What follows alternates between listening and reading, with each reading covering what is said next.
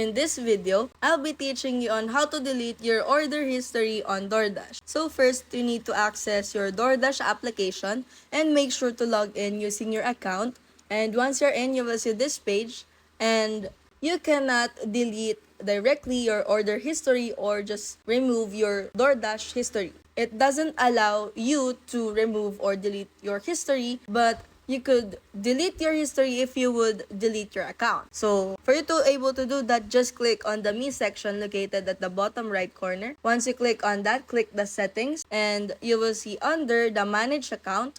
And once you click on that, click the manage account again and you will see this page. So you just have to contact their support and ask them to delete your account for you to able to delete your history. So that's how you delete your order history on DoorDash. So if you find this video helpful, don't forget to smash that like button and subscribe